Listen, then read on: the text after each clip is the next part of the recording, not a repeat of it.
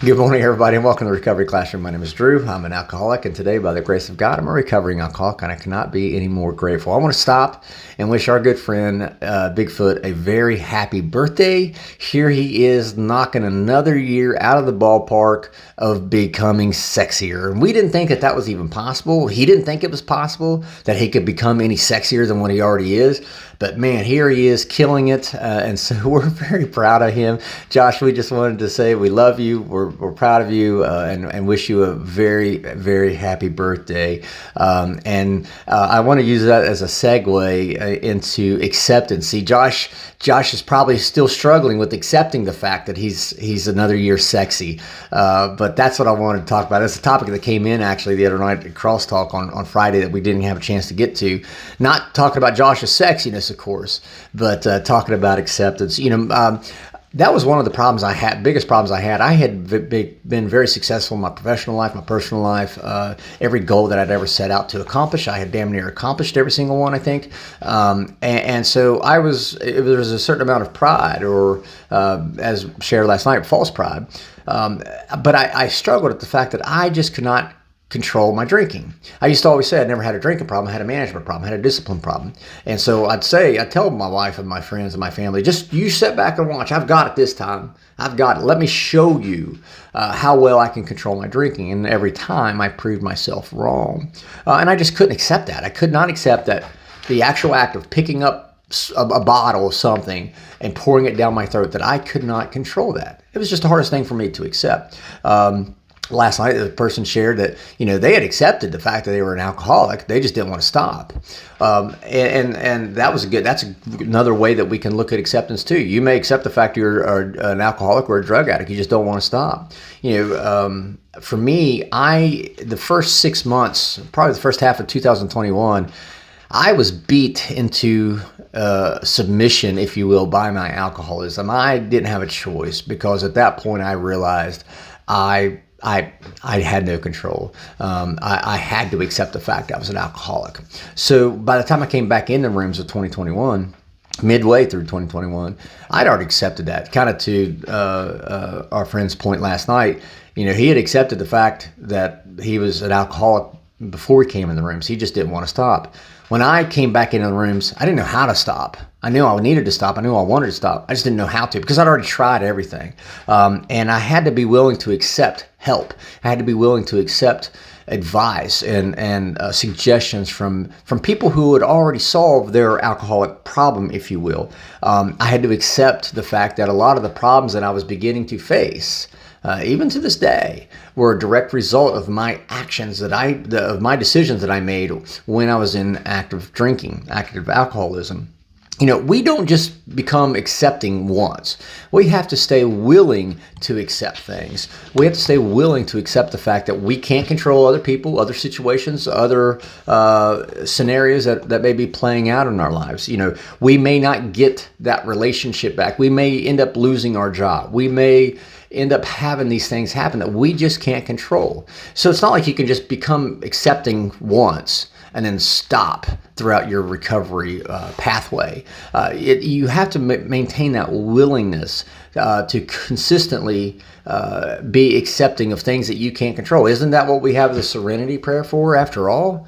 God grant me the serenity to accept the things I cannot change, the courage to change the things I can, and the wisdom to know the difference. I always liked that last part. That was always my key struggle, if you will.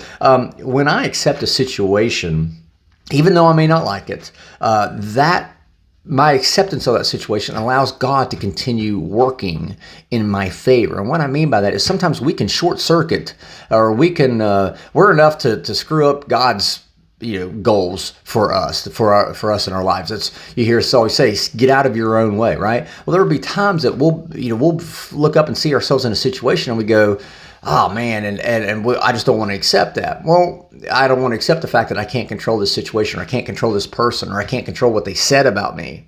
I can't control what this person is doing.